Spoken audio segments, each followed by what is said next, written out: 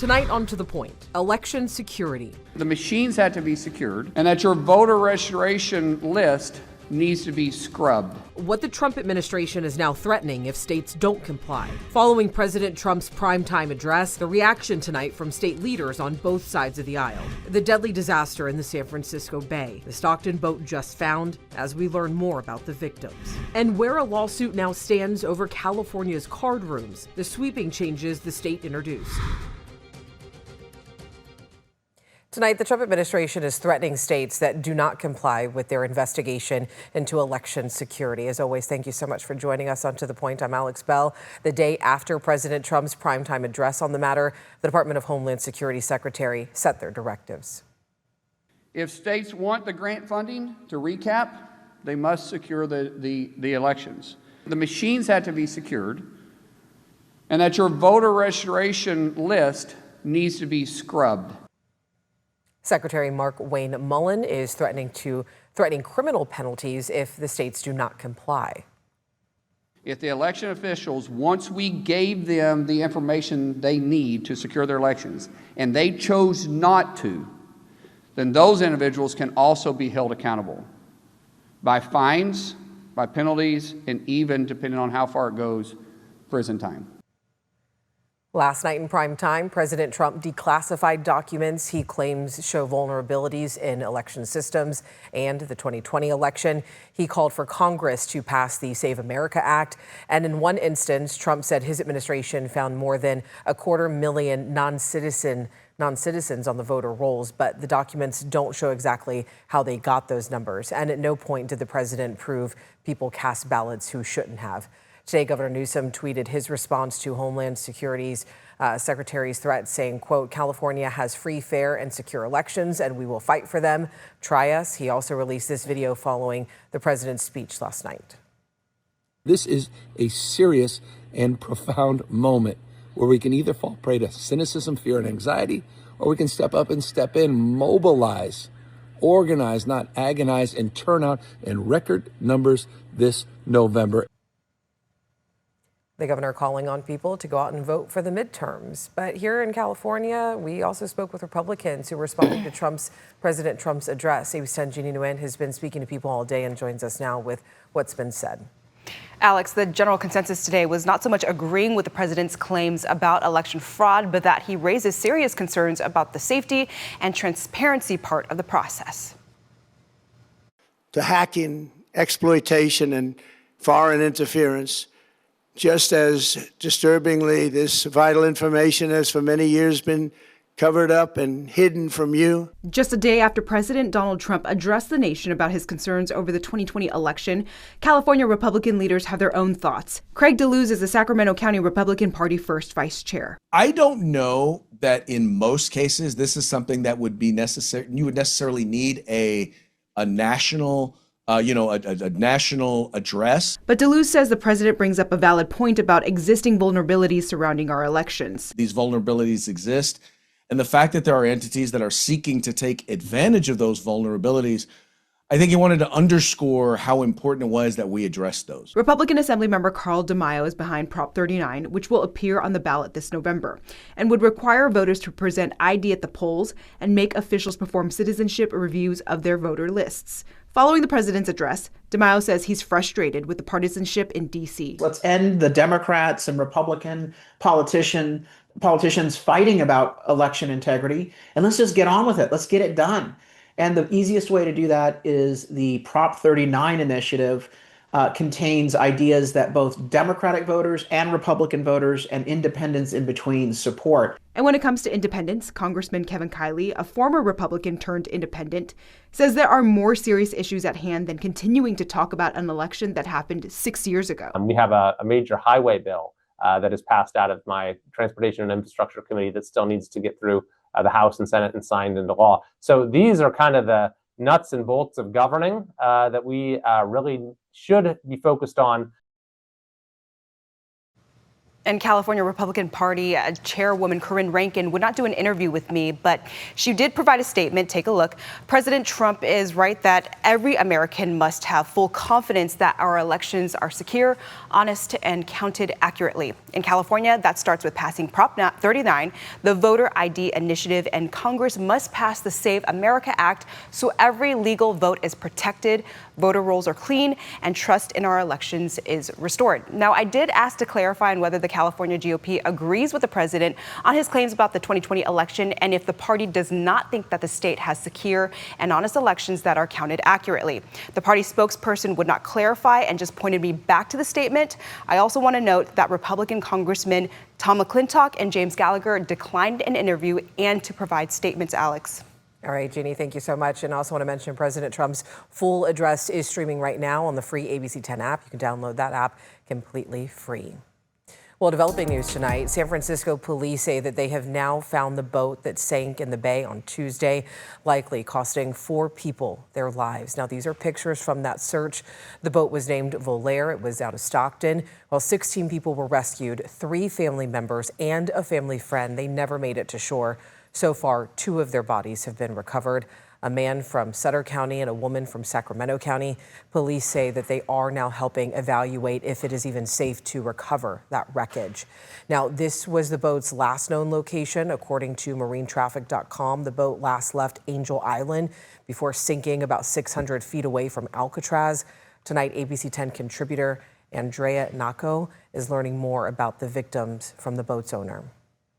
Memorial cruise tragically ended as the boat took on water, sinking it to the ocean floor. I was really struggling with this whole time, and it's hard to put into words. John Boysa was at the helm when his boat, the Volaire, took on water. He described the 3 women that didn't make it. His sister Carol, Jackie, his sister-in-law, who was a wife of Clifford Boysa, the first of the victims to be declared dead. The third was a family friend. I love my sister. I love Jackie. They were a part of our family Jackie was part of her as a group with my sister. I love them all very much. As I said, Tondra was, a new friend. She came on board and I met her for the first time, but she was a kind and fun person. The Coast Guard searched 950 nautical miles over the last 30-plus hours, hoping to find survivors. Suspending an active search is one of the most difficult things we do as Coast Guard commanders. I don't take that responsibility lightly at all. The Coast Guard closely tracked tides, currents, and weather conditions to find any signs of life. The most likely scenario is that the 3 people were trapped on board. And officials are looking into what caused that boat to sink. They say that the fishermen's quick actions on Tuesday helped save people's lives before those first responders arrived. All right, stay with us. Still a lot more news to get to as California tries to change card rooms where the legal fight now stands. And it is the final weekend of the World Cup. But will wildfire smoke change the game? And here at home, temperatures very seasonal as we head into the weekend. Low to middle 90s expected, as well as some increased cloud coverage. I've got a full look at that forecast after the break. But first, another headlines tonight. 2 U.S. Forest Service employees are safe after being held hostage inside of a trailer in the Shasta Trinity National Forest. Investigators say a man called 911 and asked to talk to the FBI and said he had hostages. Drones and negotiators were used in a standoff at the man's trailer. A father and son were arrested. Federal kidnapping charges are involved. 2 13-year-old girls are recovering after being attacked by dogs in Stockton. They say they were riding their bikes along the creek near Murata Lane and El Dorado Street. Stockton's Animal Services says at least 7 dogs have been captured and their owners were living in a homeless encampment. It's not clear if any arrests have been made. And this might be a first in Los Angeles. Officers were chasing a suspect near Pacific Palisades until he ran into the ocean. The man was wanted on a felony warrant. Lifeguards surrounded him as he refused to get out of the water for about 45 minutes before being taken into custody. Well, Welcome back in. Oh, look at this cutie right here. The California State Fair is officially underway at Cal Expo. Thousands walk through the gates today. There is truly something for everyone at the fair, from rides to food, exhibits, and concerts. Babyface is performing tonight at 8 p.m. So if you want to head out there, definitely do. I do want to get things over to meteorologist Brendan Minchef, though.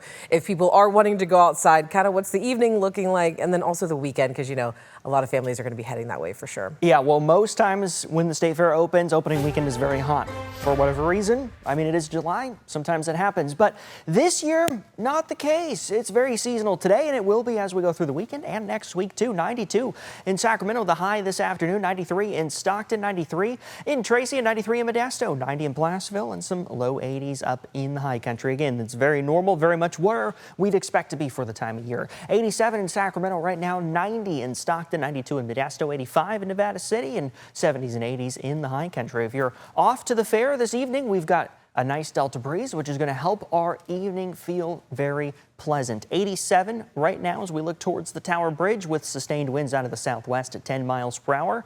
8 p.m. 79 degrees, 73 degrees by 9 o'clock, 68 degrees at 10 o'clock. So again, all evening long and into the overnight, we'll have this very nice cool down, a little bit of that onshore wind.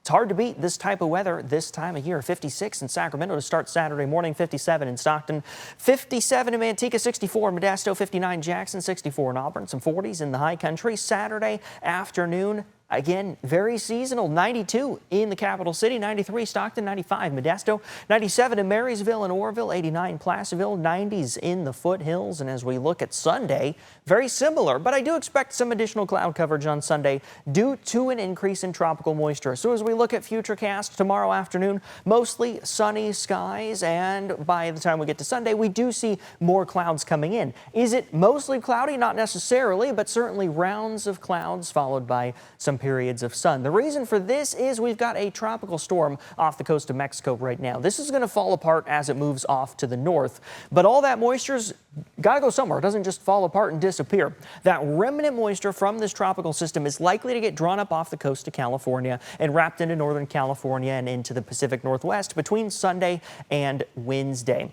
Does this mean rain? Does this mean strong winds? No, it does not. But it does mean an increase in humidity and some passing clouds like what we saw in Futurecast for Sunday. So some clouds in the forecast early next week. Depending on how much moisture we get coming in, it could feel varying degrees of sticky and very humid out there. But overall, over the next 10 days, temperatures staying right where we'd expect them to be in those low to mid 90s. Alex.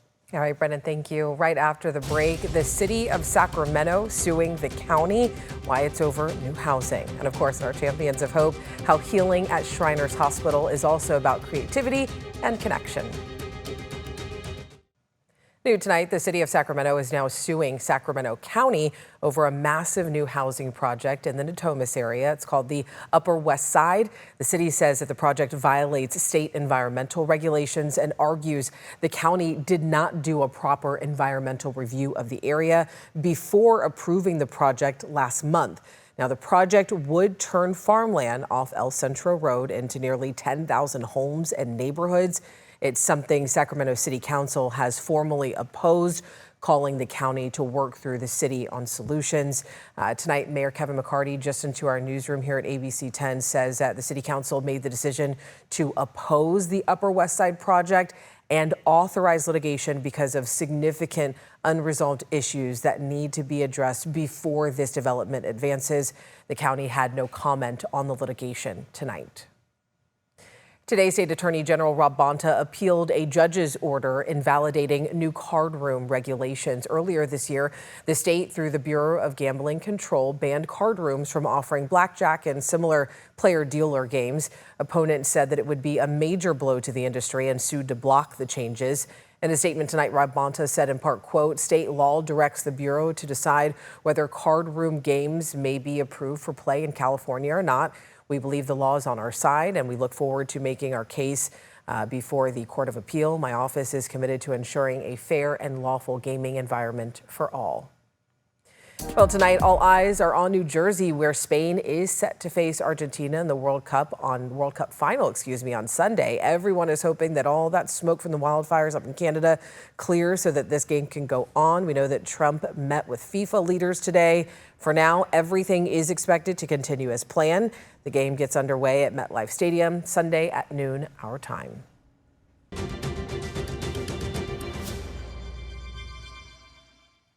Well, each week on To The Point, we bring you stories of people who are making a positive impact in their communities. At Shriners Children's Hospital, healing comes in so many forms, not just through medicine, but also through care, creativity, and connection.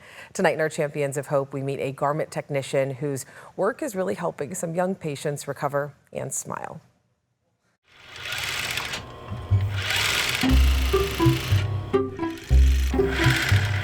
Felicia's design skills led her to an unexpected path. I make pressure garments. These garments keep consistent pressure on scars to help them heal. But Felicia says the impact goes far beyond that. I really like how I can help kids be more comfortable in their skin. It gets them excited because they have a choice of their input into the design and the creation, and then it's not just like, here, wear this glove. It was, here's the glove you helped decide and make decisions on. It also helps young patients like Damien, a 4-year-old Spider-Man fan. Like Spider-Man? Yeah. And then when it feels like it's a Spider-Man mask, it's way more fun to wear. You know, I feel like the red and the black give off Spider-Man vibes. Felicia says the smallest adjustments can make the biggest difference in how a child heals. So I was able to go and see Damien and see that his face mask was just getting into his lip, but it was enough to make it frustrating for him to wear the garment. And being able to come in and say, hey, I can fix that part that you're getting frustrated over. You can see the joy in their face of, oh, this is comfortable. Playing an important role in their recovery. I feel like the ownership of them being part of the design process, I think makes a difference, and ownership over their own healing. Wow! Wow! Oye, pero ¿sabes qué le falta a Spider-Man? Of course, little Damien stole our hearts. Just thank you so much to the Shriners team for helping us make this story happen, and also to watch more Champions of Hope featuring people that are making a positive impact right here in our community. Make sure you stream our special on the free ABC 10 app. It is up there right now. All right, coming up after the break, we're hitting the back roads to see towering redwoods and Sonoma County's curious wildlife.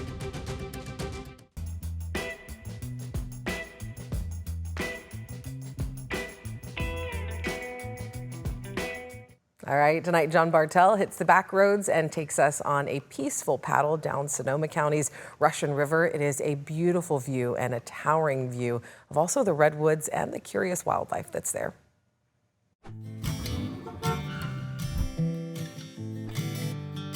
Winding through the heart of Sonoma County is the Russian River. It's an important water source for the area, not only for wildlife and agriculture, but for generations of paddlers as well.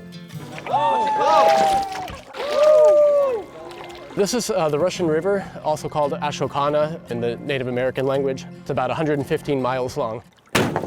The Russian River passes through a landscape of redwoods, vineyards, and quiet stretches of wilderness. And one of the best ways to experience it is on the seat of a canoe. The canoe is, you get more, like if both people are, paddling, you really get more bang for your buck. It's definitely a faster, more efficient vessel. You can carry more things with you, whole cooler for an all-day adventure. For more than 50 years, Burke's Canoe Trips in Forestville, California, has been helping visitors float through this scenic waterway. Normally, it's a self-guided canoe trip, but local canoe guide Andreas Porfirio decided to tag along and point out a few things for us. Well, we'll be drifting through redwood valleys, lots of like willow and walnut trees. Eventually we'll kind of get into passing some vineyards. For Andreas, this river isn't just a workplace, it's home. My family and I came up here actually with Burke's Canoe Trips. We took a trip down, and I just fell in love with it ever since. One key feature of the river that Andreas fell in love with are the towering trees that hug the riverbank. Andreas says Forestville is where the river meets the redwoods, and it's easy to see why when you drift through it. It's kind of like a cathedral almost sometimes. You're just going through the redwoods. It's really can be spiritual. After spending a day floating down one of Northern California's most beautiful rivers, it's easy to understand why he keeps coming back. Just a sense of calm. Like, things can be going, whichever way at the office, but when I come out here, it just takes it all away. Going down the Russian River, I'm John Bartell. Hope to see you on the back roads. And you can always find more Bartell's Backroads destinations on the ABC 10 TV streaming app. They are under the Shows tab. Just scroll down to Travel.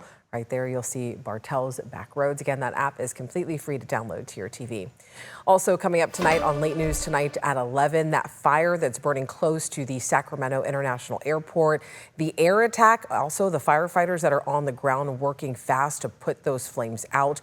We'll have the travel impact tonight at 11. Some good info to know if you are headed that way. I saw earlier that traffic was a little bit backed up there.